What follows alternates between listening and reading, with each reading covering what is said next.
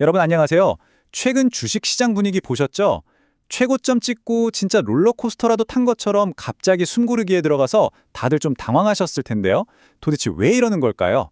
자, 그래서 오늘 준비한 분석에서는 최근 시장의 조정을 거대한 글로벌 경제의 역풍이라는 거시적 관점부터 개별 주식 포트폴리오의 미시적 관점까지 아주 디테일하게 줌인해서 해독해 드릴 겁니다. 복잡하게 얽힌 경제 지표들, 그리고 곧 다가올 기술주 촉매제 사이의 연결고리를 속 시원하게 풀어드릴 테니까요. 끝까지 집중해주세요. 오늘 살펴볼 핵심 내용들 빠르게 짚고 넘어가겠습니다. 첫 번째, 거시경제의 경고등. 두 번째, 사라지는 금리 인하의 꿈. 세 번째, 세 가지 시장 스트레스 테스트. 네 번째, 엔비디아의 성장하는 AI 제국. 마지막으로 트럼프 포트폴리오 공개입니다. 자, 그럼 첫 번째 주제로 바로 들어가 보죠. 거시경제의 경고등, 위험 구간 진입입니다. 지금 시장이 겪고 있는 흔들림은 사실 어떤 특정 기업이 잘못해서가 아닙니다. 광범위한 거시경제 지표들이 다시 빨간불을 켜면서 위험 구간으로 진입하고 있기 때문인데요. 우리가 가장 먼저 주목해야 할 숫자는 바로 4.5%입니다.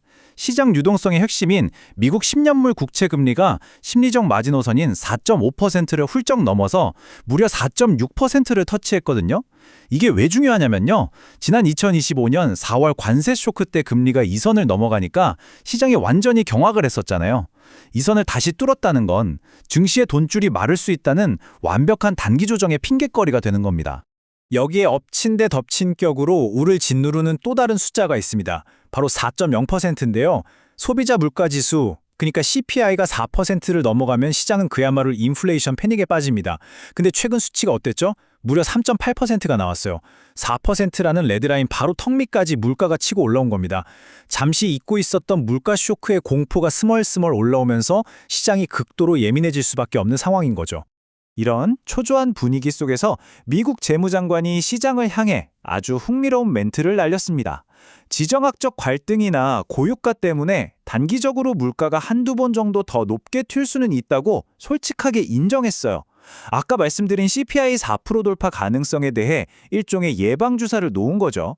하지만 진짜 중요한 포인트는 그 다음입니다. 이런 일시적인 반등 이후에는 결국 물가가 크게 꺾이는 디스인플레이션이 올 거라고 전망했어요. 패닉에 빠지지 말라고 행정부 차원에서 명확한 가이던스를 준 셈입니다. 이어서 두 번째 파트로 넘어가 볼까요?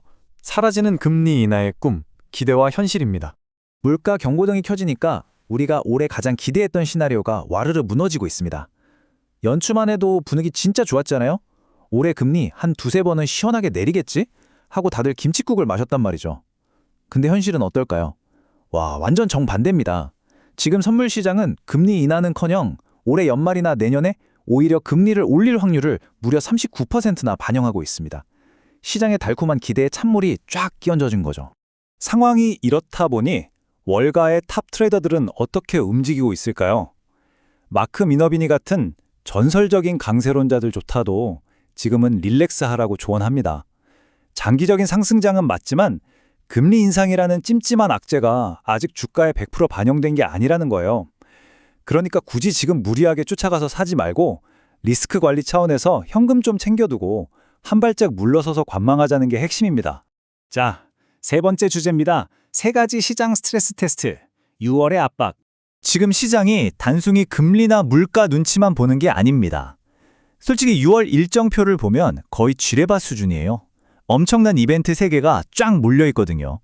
6월 12일에는 그야말로 초거대어인 스페이스X 상장이 있고 17일에는 신임 연준 의장의 첫 FOMC 회의가 대기 중입니다. 거기에 앞서 말한 물가 지표 발표까지 맞물려 있죠. 이러니 투자자들이 바짝 쫄아서 몸을 사리고 현금부터 챙기려고 하는 겁니다. 이 일정들 중에서도 시장이 제일 덜덜 떠는 진짜 끝판왕 스트레스 테스트는 바로 새로운 연준 의장의 입입니다. 이전 의장 스타일은 우리가 다 파악했었잖아요. 근데 이 새 인물이 이렇게 물가가 높은 상황에서 과연 어디까지 매파적으로 나올지 아니면 시장을 좀 달래줄지 지금 아무도 모른다는 거예요. 이 불확실성 자체가 지금 시장을 짓누르는 거대한 테스트 기간인 셈입니다.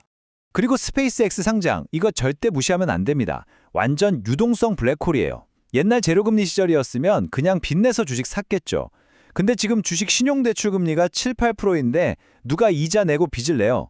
그러니까 사람들이 기존에 들고 있던 우량 빅테크 주식을 팔아서 스페이스X 살 돈을 마련하는 겁니다. 만약 6월에 여러분이 보유한 기술주가 뚜렷한 이유 없이 훅 빠진다. 10중 8구 이쪽으로 자금이 빨려 들어왔기 때문일 겁니다. 자, 이제 머리 아픈 거시경제 얘기는 이쯤 해두고 네 번째 주제로 주민해 보겠습니다. 엔비디아의 성장하는 AI 제국, 조용한 장악입니다. 시장의 대장주 엔비디아, 정말 말도 안 되는 괴물이죠. 겉으로 보이는 주가 상승도 대단하지만 진짜 소름 돋는 건 바로 이 숫자 16배입니다. 엔비디아가 직접 굴리는 투자 포트폴리오 규모가 지난 1년 만에 16배나 폭풍 성장했어요. 이제 엔비디아는 그냥 칩 하나 잘 만드는 회사가 아닙니다. 거의 월가의 초대형 펀드 매니저급 자본력으로 시장 생태계를 통째로 집어삼키고 있는 중입니다. 포트폴리오 내부를 까보면 더 기가 막힙니다. 절반은 인텔에 투자해서 벌써 3배 정도 수익을 냈고요. AI 칩 팍팍 돌려줄 데이터 센터 기업 코어위브 같은 곳에서는 무려 7배 수익을 올렸습니다. 여기서 끝이 아니에요. 데이터 전송에 필요한 노키에 같은 광통신 기업부터 미래 먹거리인 AI 신약 개발 기업까지 싹 다 투자해놨습니다.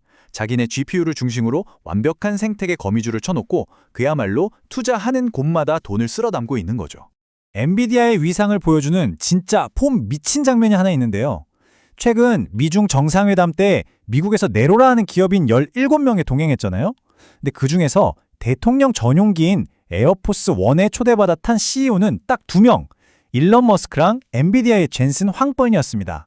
이 두 사람이 지금 글로벌 기술 패권에서 얼마나 절대적이고 대체 불가능한 존재인지 이 사진 한 장에 다 설명해 주는 거죠. 드디어 마지막 5번째 주제입니다. 트럼프 포트폴리오 공개, 800개 종목 펀드의 내부. 임기 중 최초로 대통령의 1분기 주식 포트폴리오가 공개돼서 화제였는데요. 여기서 제일 황당하면서도 눈에 띄는 숫자가 바로 3,500회입니다. 단 3개월 동안 사고판 횟수가 3,500번이에요. 하루 평균 50번씩 매매를 했다는 건데 여러분, 상식적으로 현직 대통령이 스마트폰 들고 하루 종일 단타 치고 있었을 리는 없잖아요. 이건 100% 대리인, 즉 전문 펀드 매니저가 아주 쉴 새 없이 액티브하게 이 펀드를 굴리고 있다는 명백한 증거입니다. 그럼 대체 뭘 샀는지 볼까요? 구성이 진짜 재밌습니다. 미국 대통령 펀드인데 비중 1위가 미국 주식이 아니라 무려 신흥국 ETF입니다. 완전 아이러니하죠? 그 외에도 애플이나 어도비 같은 빵빵한 기술주부터 우리가 마트에서 보는 코스트코, 모토로라 같은 통신 장비까지 거의 800개 종목에 극도로 분산 투자되어 있습니다. 대리인이 시장 전체 리스크를 아주 잘게 쪼개서 진짜 교과서처럼 방어적으로 자산을 배분해 놨다는 걸 객관적으로 보여주는 대목입니다. 자, 오늘 우리는 인플레이션과 국채금리라는 거시경제의 차가운 경고등부터 엔비디아의 미친 생태계 장악력이라는 뜨거운 기술주 촉매제까지 쫙 훑어봤습니다. 여러분은 오늘 내용 들으시면서 어떤 생각이 드셨나요? 지금 시장을 흔드는 이 변동성이 당장 다 팔고 도망가야 할 패닉의 신호일까요? 아니면 AI와 우주산업이라는 막을 수 없는 혁신에 올라타기 위한 일생일대의 황금 같은 저가 매수계일까요? 시장의 다음 스텝이 어떻게 흘러갈지 우리 앞으로도 계속 날카롭게 지켜보자고요. 오늘 분석 해설은 여기서 마치겠습니다. 시청해주셔서 감사합니다.